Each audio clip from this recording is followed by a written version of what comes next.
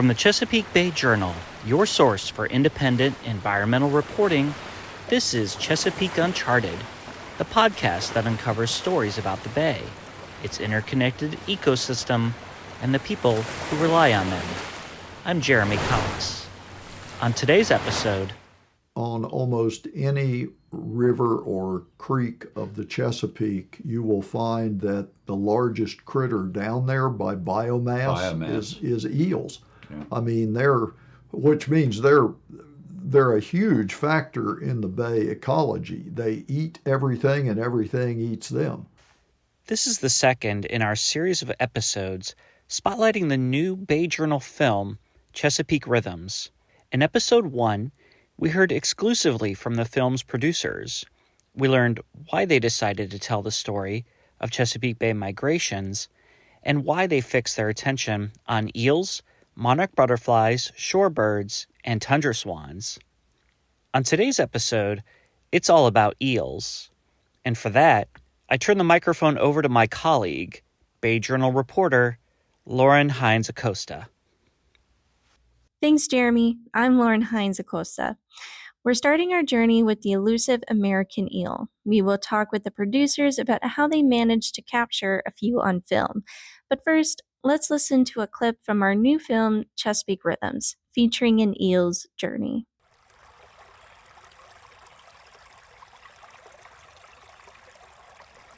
The brackish tidal creek, draining fresh water from a remnant crease of swamp transecting suburban sprawl, is in full spring mode.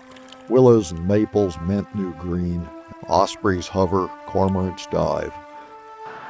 The stream of motorists on Racetrack Road takes scant notice.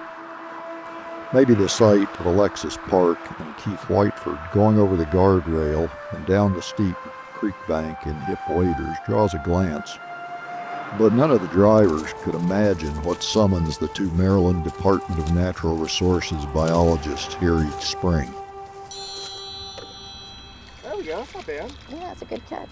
We have an eel trap located at Turville Creek that basically collects glass eels. As glass eels are entering the coastal bays from the continental shelf from the Atlantic Ocean, and they're making that journey up looking for fresh water. So we have an eel trap out there that we put fresh water through to attract the glass eels. And as they enter the trap, they will go up the ramp into a well and then drop into a bag that we have attached to the side of the trap. And we will do counts on those glass eels. If there's a small number of eels, we'll actually count them individually. If there's a large number of eels, we do a volumetric count. Yeah, you want the sample pretty clean. Yeah, just checking the sample, making sure there's nothing in there. It's to give us a relative abundance index of the glass eels, of the young of the year. Along with great blue herons and humans, eels are probably the most widely distributed of all Chesapeake species. The returning eels will spread throughout the Chesapeake and its 40-some rivers and thousands of streams, eating, being eaten, vital parts of the ecosystem. In most years, our sampling period is approximately 8 to 9 weeks. Our best year, we've caught approximately 250,000 eels. Our worst year in total was probably 20,000 eels. And this year so far, we're probably between 70 and 75,000 eels. And we still have the rest of April, so we still have 3 more weeks of the survey left. The biologists will release the little eels trapped here today to continue their upstream journey. Before the Conowingo Dam and the other dams that were built above Conowingo, the eels were freely able to move up the entire Susquehanna River up into New York. And once those dams were built, there was a major blockage, which negatively impacted a lot of their habitat, being able to reach all that freshwater habitat.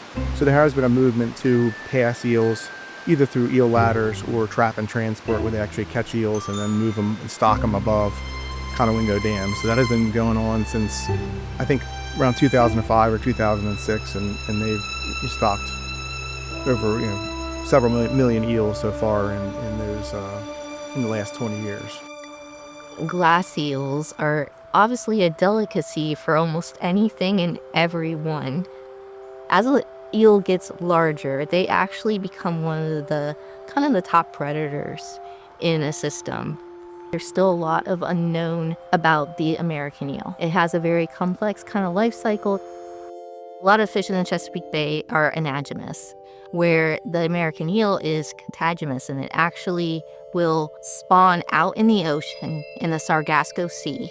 The larvae will then drift with the currents and move along the continental shelf, basically turning into glass eels at that time and working their way up into the coastal bays of Maryland and into the Turville Creek area where we can sample them.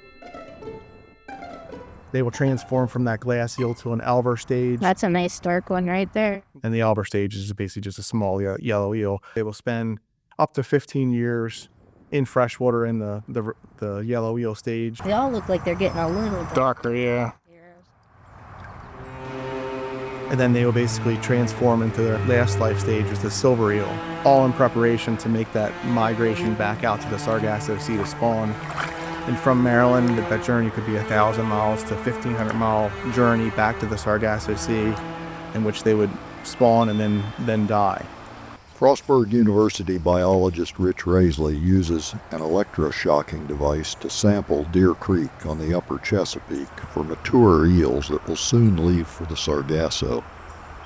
Just what triggers a given eel to go is poorly understood.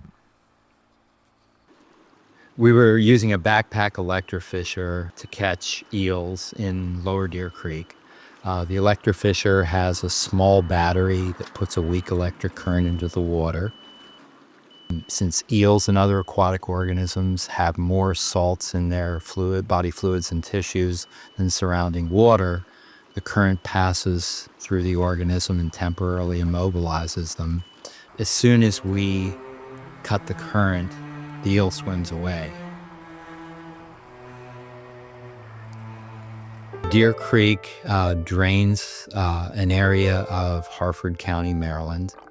The watershed that it flows through is largely agricultural, but there has been a lot of housing development that can potentially have adverse effects on the organisms that live there. So I grew up in Baltimore County, and across the street from my house, a very, very small stream, and I was always in the stream catching crayfish, minnows, eels. It wasn't until I actually went to college to realize every eel that I caught as a little boy actually traveled well over 1,000 miles to 1,500 miles from the Sargasso Sea back to that stream.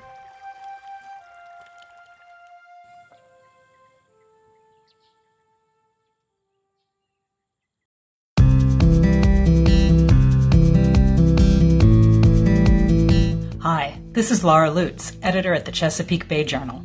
I hope you're enjoying our podcast, and I'd like to invite you to join the community of Bay Journal readers. If you care about climate change, wildlife, clean air, healthy communities, and of course the Bay and its rivers, you'll find news you can use at the Bay Journal, along with some great ideas for outdoor travel. Our subscriptions are free. Check us out at bayjournal.com and click on subscribe to start receiving the best independent environmental news in the Bay region.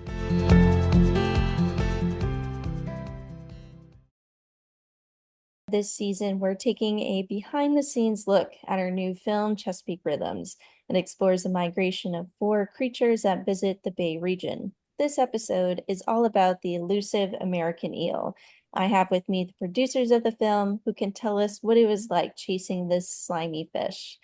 Dave Harp directed the film and acted as cinematographer. He is a photojournalist and has been capturing the Bay on film for more than 30 years.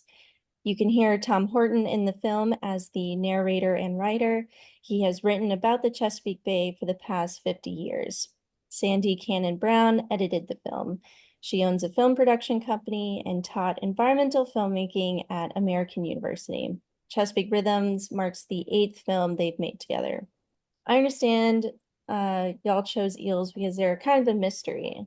Dave, you touched on that in the other episode. So can you explain why they're so elusive? Well, just to start with, the most striking thing is eels at some point in their life, and it's not the same point for every eel. It can be when they're 2 or 3 years old, when they're 8 or 10 years old, or it can be never. At some point, most eels leave the rivers and streams and creeks and estuaries of North America and Europe, for that matter, leave the Chesapeake Bay, and they go over the continental shelves, and then they go deep, so deep that no one has ever been able to track an eel from the time they leave the coasts to the time they congregate at thousands of feet deep in the Sargasso Sea and spawn. We can't prove that they actually do that. We're pretty sure they do, and we're darn sure that they don't have anything left to get back. They spawn and die, kind of like a lot of salmon. And then the young are delivered by ocean currents back toward the coastlines. And so just the fact that, a large part of their life cycle has never been seen by humans, never been photographed. People have tried with more resources than us to get cameras way down there in the black depths of the Sargasso Sea, which incidentally is located in what's often referred to as the Bermuda Triangle. It's the only sea not bounded by any land. It's bounded by 4 ocean currents, and it's kind of an almost stagnant body of water. So, there's a big mystery right there. The major part of eel's life cycle has never been witnessed by humans. Yeah, also, I think the mystery of the eel is that most people, most of the viewers of this film, I would hazard to guess, have never seen an eel, at least they've never seen a glass eel where you can see its heart beating inside of it, the size of an earthworm. They've never seen a silver eel. We didn't get any silver eels, but they're a mysterious fish, and it's not something most people go out and try to catch. And yet, if you take one of these electroshocking devices, which we show in the film, and run a current into the water, which brings fish to the surface, just stuns them, doesn't kill them. If you do that on almost any river or creek of the Chesapeake, you will find that the largest critter down there by biomass. Is eels. Yeah. I mean, which means they're a huge factor in the bay ecology. They eat everything, and everything eats them. So to take them out, but again, like Dave says, most people maybe seen a picture of an eel. Maybe if they fish, they've hooked an eel and wish they hadn't because they're hard to get off the hook and slimy. But they just don't have a clue that down there beneath your canoe, beneath your hip waders, if you're in a creek, or beneath your boat, just full of eels. There's a lot of them. I'll say watching the film, oh my gosh, I mean, they're super cool, but watching them like squirm, oh my God, it made my skin crawl. But they are so fascinating. So, Sandy, I was wondering, as someone who had to watch all the footage, can you kind of describe to our listeners, what does a eel look like? As they were saying, there are many different stages of the eel. And at that very early stage, they just look like tiny worms. And that probably is what you're talking about as far as being a little bit hard to take when you see all the little swarmy things in there. It was interesting with the biologists who were working with them, in seeing them coming in great quantities. I've never seen that in real life. I just had never seen that before. But it was interesting to see the changes in them. And by the time they got to their end stage, they look much more like a big snake than they do a little tiny worm. It was an eye-opener. It really was. I found that the early stages when the biologists were catching the eels down at Turkville Creek, they're very hard to photograph because they're so tiny and they're out in the water. So they were trapping them, and I put an aquarium in the back of the car of the truck of the biologist, and we put some of the glass eels in and put a light over it, and I did some slow motion filming of them. And I just find it mesmerizing. As I said before, you can see their heart, you can see their internal organs inside the fish, inside their bodies, and just the sinuous motion of them. I found it fascinating. Yeah, and one of the aspects we touched on very lightly is it's a whole nother story is the business of smuggling eels illegally to Europe and Asia. No one knows yet how to make eels spawn in captivity. So the only way Europeans and Asians can satisfy their appetites for eel, which is considerable, Americans don't eat them much. They're fine to eat, but anyway, the markets in Europe and Asia, they have to get the baby eels from America to raise to market size, and there's a lot of illegal capture of these little glass eels coming in from the Sargasso as they come into the coasts. I think only one state, Maine, has a legal harvest, and that means it's not too hard for a smuggler to catch some near Ocean City and take them up to Maine and sell them. It's hard to regulate that. So this market in eels, and you can pack, I can't remember how many thousand or 100,000 little eels in something the size of a basketball, and ship that and get Well, in several Maine, $1,000 a pound. yeah, for I was them. going to say Yeah. in Maine, they were getting. Read a New Yorker article. They were getting $1,500 a pound for glass eels. Yeah, that's a valuable seafood. I have a question that I still have from the film to ask the gentleman. But in the film, we show that the eels are so important that in their life cycle that at the Conowingo Dam, there are chutes to help them get across the dam. And I just have always wondered, why are eels so important to us that we would go to that trouble? Well, broadly, it goes back to they eat lots of stuff and lots of stuff eats them. However, what's really motivated that going to great lengths to move eels upstream around Conowingo Dam so they can access the greater Susquehanna River is scientists figured out relatively recently that certain species of mussel native to the Susquehanna were in long-term decline. And the reason turned out to be that their larvae depended on lodging in the gills of eels to carry them upstream and spread them around. And once eels were absent from the Susquehanna, these mussels couldn't spawn. So, and some of them are endangered, I think. So that really motivated it. They've taken out a piece of the ecosystem, and other pieces of the system were collapsing because of that. So the eels, the larval mussels lodge in their gills, and the eels carry them upstream and keep the population healthy. So yeah, who would have thunk? Y'all actually ended up answering some of the other questions I had planned.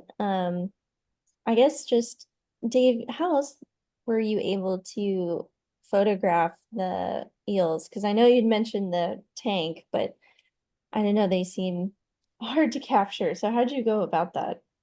Well, I did some underwater photography, and I'm not well versed on that. I'm not real good at it, but I have an underwater rig for my camera. And when we were electroshocking up on Deer Creek to do the mature eels, I both did some underwater work and also just when they were releasing the eels, would just literally walk with them as they were swimming away and shoot straight down, and we used a lot of that footage. I think Sandy used about everything I shot on that. And as I said earlier, photographing the glass eels as working with the biologists on that was very interesting. And the people interface, the people and the animals that we use throughout this film were important, to showing the science and the natural history of these animals. So, I tried to show as much of that and of the work with the animals and not just the natural history. We have fairly small budgets and not can't spend an enormous amount of time going after each animal. So, we did the best we could with what we had. Yeah, eels are a tough subject, and even tougher is the silver eel, which is the coloration that eels take on just before they get ready to go to the Sargasso. Because at that point, they're not feeding anymore, so you can't bait them in. That is one of the tried and true methods of photographing wildlife is you bait it in, or you go to a watering hole, or you go to some place where there's lots of food and you set up and you get your photographs. With the eels, you can't use that. You have to just go poking around in a stream with an electroshocker. And this is not easy to do. It's exhausting work for that tiny percentage of eels that are ready to spawn. You get a lot of eels that aren't ready to go spawn, and they're not what you want. So if you go online, Google, and try to find images, good photographs of that silver eel stage, worldwide, you'll find a handful of photos, probably mostly taken in a laboratory or something. Right. It's really it's one of the tougher things I think Dave's ever Well, attempted. yeah, and I don't know we could have spent enough time. I mean, I could have spent 2 or 3 years just on eels, I'm sure.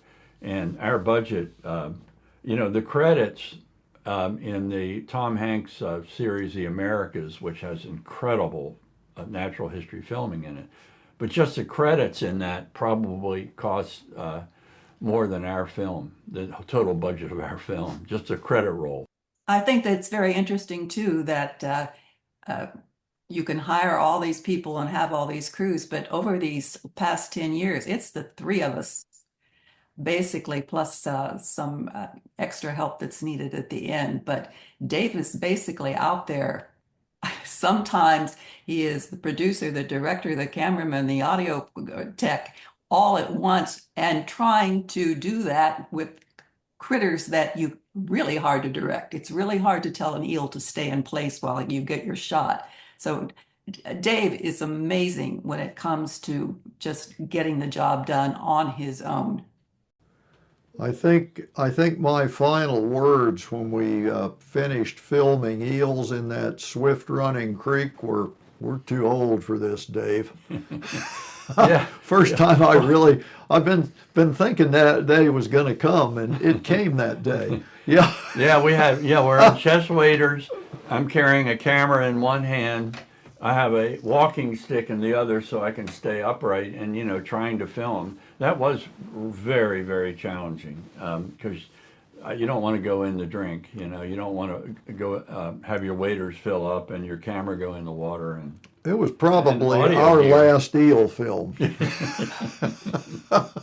because y'all are like in the creek below the road, like you're in it. Yeah. Oh, yeah. Yeah. Yeah, Sandy can't wait for another eel film. Well, I'm ready. I'm ready. I'm not turning it down. Unless you have more to add, thanks so much for joining us on this episode. Thanks. As you've heard, eels help with the water quality and the ecosystem's food chain, but eels also have a unique connection to humans in the Chesapeake Bay. I spoke with Brad Hatch. He is the chief judge on the Patawomic Indian Tribal Council. His tribe has been fishing eel for generations, but these days, he's catching and releasing eels using an eel pot. It's an oval-shaped basket with an inverted funnel inside. Eels squeeze in to eat bait and struggle to leave through the funnel. We spoke about why eels are important to his tribe and the Chesapeake Bay. Yeah, can you remind me like how you got into this trade? Yeah, sure. So, I went to school for anthropology and archaeology. And I had kind of grown up knowing what eel pots were. I mean, they were always around. And people kind of talked about them. And so I sort of had a sense of what they were and kind of why they were important to us. But by the time I came back, there were really only two people left in the community who knew how to make them. So when I got back, I asked one of the guys to teach me how to make them. And he taught me how to make them. And we made one together. And then by the time we were working on the second one, he passed away during that time. And, it made me realize like, here's an important part of our history as Potomac people and an important part of our culture, like just within the community, like people know what they are. They they understand their importance. And, now there's only two of us left that have any idea about how to make these things. And so after that, I felt like it was important to carry the tradition on to the next generation, and also to get, more people aware of what they are, why they're important, and just their history and how it relates to other, indigenous groups in the up and down the Atlantic. I mean, it's not like we're the only people that make them. Nothing's done in isolation. Why are eels culturally significant and to Virginia, but also to your tribe? For us, eels are important because, first of all, I mean, they're, for a long time, were a very important part of our subsistence. There are people, citizens of the tribe now, elders, and people that actually aren't really elders that remember eating eels growing up. But they became really important to us after the Civil War. And a lot of the land had been devastated. The livestock had been requisitioned by the Army. Crops had been destroyed. A lot of trees had been cut and burned down. Some people's homes had been destroyed. So it was the potential to be a very depressed economy throughout the Reconstruction period. And so what people in our community did was they kind of turned back to the water, to fishing, which is something they had known for many generations. And that was a resource that hadn't been as, as exploited by the Army occupation. The fish were still in the creeks and in the river. So that's something that our people knew how to make a living on. And they knew that they could make a living on it. And so that's what they did.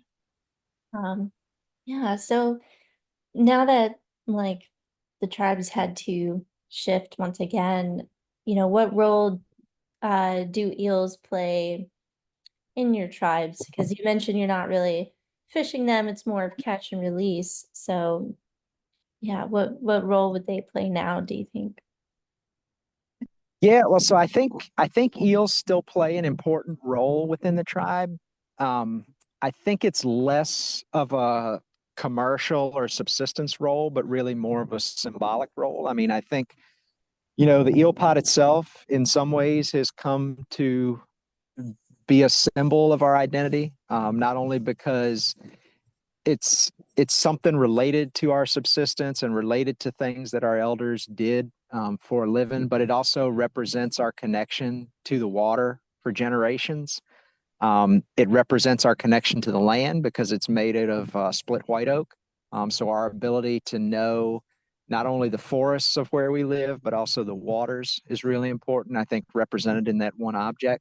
Wire eel pots have been around, at least we know in Virginia, as early as the 1700s. But our community chose to make them out of split oak instead of buying wire pots or making them out of chicken wire or whatever that would have been accessible. And so what that means to me is that, we made a conscious decision to use a natural material and to not only use a natural material, but to weave it like a basket, which is something that, indigenous people have been doing for a very long time also. So in that way, we were able to kind of resist those colonial pressures to switch to those modern materials and use mass produced things. Instead, we were able to, rely on the landscape that we lived in to provide for us, not only in terms of making the trap, but also in using the trap to then catch fish from the waters that we knew to either eat or to sell so that we could make money to feed our families. Well, let's see. That's really all my main questions. Is there anything you'd like to add?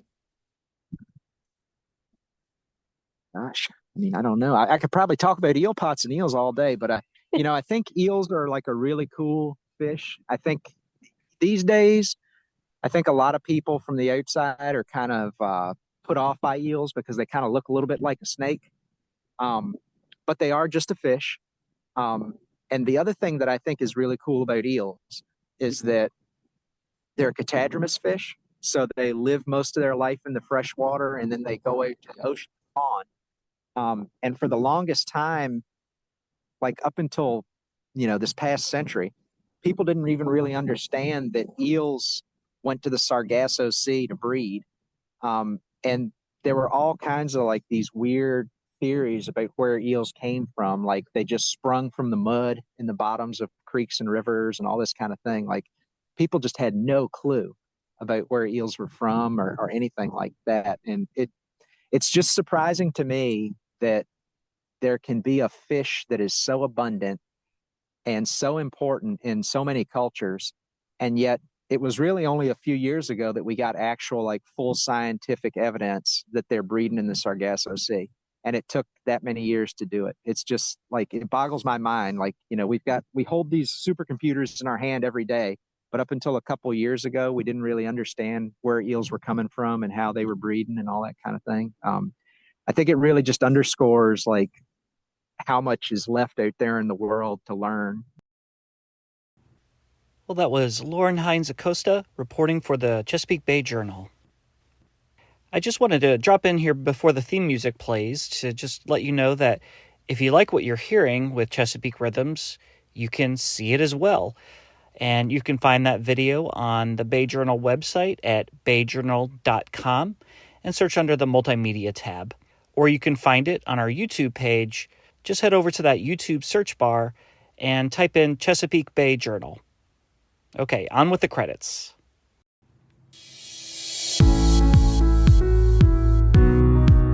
Chesapeake Uncharted is brought to you by the Bay Journal, an independent nonprofit environmental news source for the Chesapeake Bay region. This episode was produced by Jeremy Cox and Lauren Hines Acosta. The story was edited by Laura Lutz. Our marketing and advertising director is Jackie Kane. You can find more episodes of Chesapeake Uncharted on your favorite streaming service or on our website, bayjournal.com. If you like what you're hearing, sign up for a free Bay Journal news subscription too, also on our website at bayjournal.com. Until next time, this is Jeremy Cox. Take care.